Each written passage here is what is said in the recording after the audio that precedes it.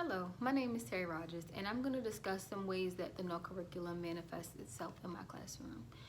Typically, this involves controversial topics that I don't feel is necessarily my place to talk about, especially with having first graders. I feel that sometimes the topics can be overwhelming for first graders, but I do teach in an urban neighborhood, and some things need to be discussed.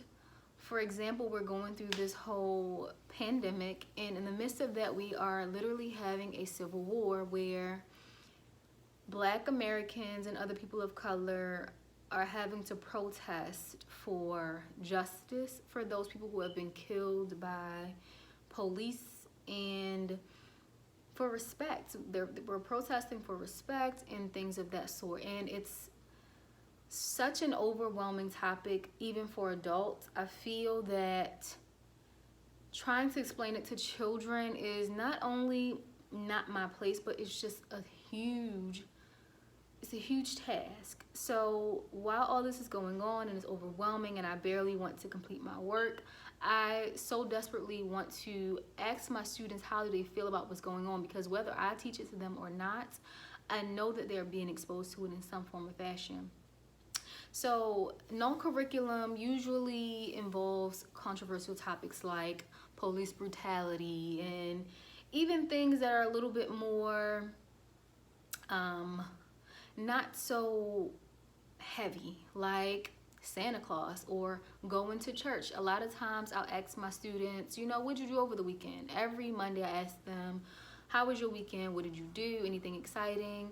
And a lot of times they'll say, oh, I went to church. This was back when we were actually allowed to go to church. And so I'm also a Christian, so I want to have them elaborate on what their experiences was, but there's like this thin line of separating church and school or church and state. So it's like, how much is too far? How much do you allow? How much do you reveal to such young minds that are easily shaped? And it goes back to this question of what is important to teach, right? What is important for us to convey outside of the formal curriculum? And a lot of things I want to speak on, but it's like I don't really know how to approach it. Will I get in trouble? There's so many factors that play into what we teach that also shows up in what we choose not to teach.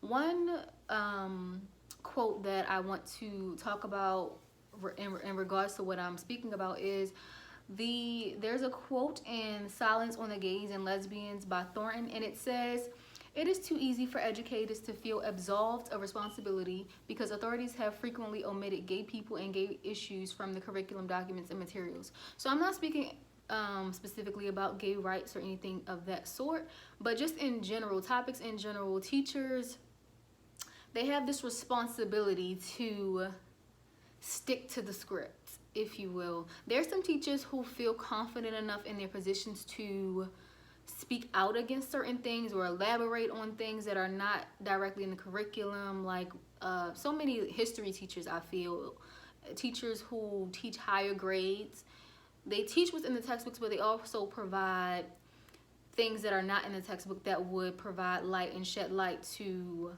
the events that have taken place, if that makes sense.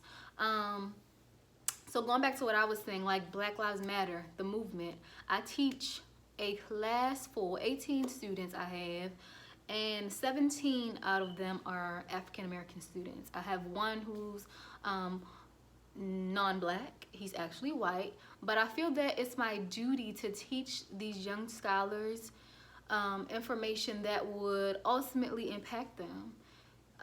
Teaching these Black boys that you can be targeted by the color of your skin. You can be completely innocent, but this can happen to you. And it's like, how do I, as a professional, teach this to 7-year-olds? How is that my place? That's the one thing in the professional setting. But on the other hand, I feel it's my absolute duty to ensure that they are ready to step out into the world. They know what's going on, not to teach hate in any way, but to have them be knowledgeable about what can happen to them and give them the tools necessary to navigate the world, if that makes sense. So my Null curriculum often manifests itself in the controversial topics. What's touchy? Is this going to harm somebody? Do I say the right thing? What is the right thing to say? So I think that's pretty much it. That's where the Null curriculum manifests itself in my classroom, and I think in a lot of classrooms all over my school building.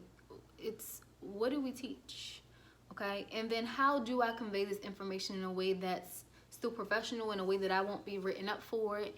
But then there comes a time where I came into this role to make a change, not to be complicit into what the district may want me to teach and how they may want me to teach it, but it is my duty and it's my obligation to ensure that I am given the correct information, that I am uplifting my students, my Black and brown students, and giving them the tools necessary to navigate the world and to cause a change. Have them spark a change. They're the future. They will grow up, and to not teach them certain things feels like a real disservice at times. But that is something that I'm working on. How can I have a voice that is impactful to my students? And I think having strong leadership and colleagues and things of that sort that understand where you're coming from gives you that power to do that.